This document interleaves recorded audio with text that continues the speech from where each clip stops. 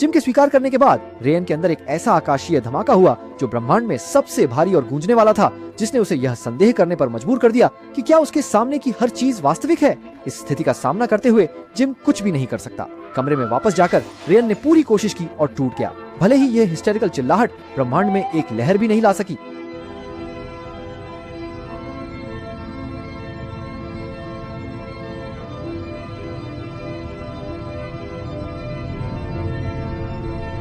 रात में लेन जिम के कमरे में आया और इस आदमी पर घूंसे और लातें बरसाईं जिसने उसकी जिंदगी बर्बाद कर दी थी। हालांकि स्टील पाइप उठाने के बाद रेन ने फिर भी हिंसा नहीं की। शायद अभी भी कुछ अच्छाई बाकी थी। शायद वह अकेलेपन वाले भविष्य से डरता था। रेन को खुद को माफ करने के लिए जिम ने ब्रॉडकास्ट के माध्यम से बताया कि वह रेन से कैसे प्यार कर बैठा, लेकिन रेन के लिए ये हास्यास्पद एक तरफा भावनाएं किसी काम की नहीं थी।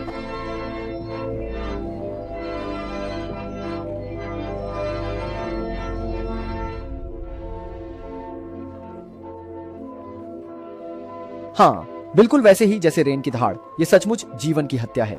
इस समय अंतरिक्ष यान में गड़बड़ियां बढ़ने के कारण अंत में ठप हो गया। जब जिम लिफ्ट में था तब अचानक बिजली चली गई और रेन खाना खाते समय मशीन अनियंत्रित होकर मिठाई फेंकने लगी। इस समय एक अजनबी आवाज आई। कोई शिकायत कर रहा था कि किसने हॉल में एक पेड़ लगाया। जब जिम दोनों वहां पहुंचे, उन्होंने तीसरे जागृत व्यक्ति को देखा।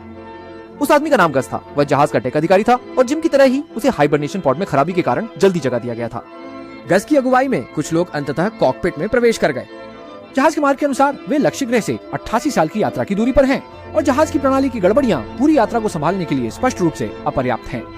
इसलिए गस ने दोनों से जहाज की खराबी की जांच में मदद करने के लिए कहा। जब वे हाइबरनेशन रूम की जांच कर रहे थे तो गस ने जल्दी ही उन दोनों का राज जान लिया। जिम गड़बड़ी के कारण जाग गया था, लेकिन रेन को जिम ने जगाया था और जिम ने इसे नकारा भी नहीं।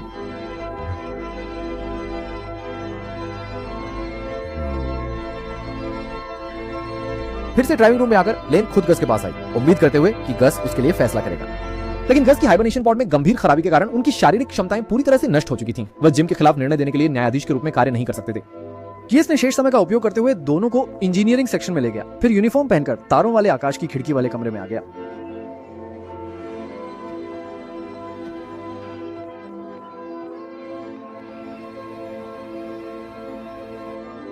उसने उच्चतम अधिकार वाली अंगूठी जिम को सौंप दी और साथ ही जहाज की किस्मत भी उन दोनों के हाथ में सौंप दी। इसके तुरंत बाद ग्रुस ने अपनी छोटी सी जिंदगी को समाप्त कर लिया। इस समय अंतरिक्ष यान लगभग टूटने के कगार पर था। विनाश के खतरे का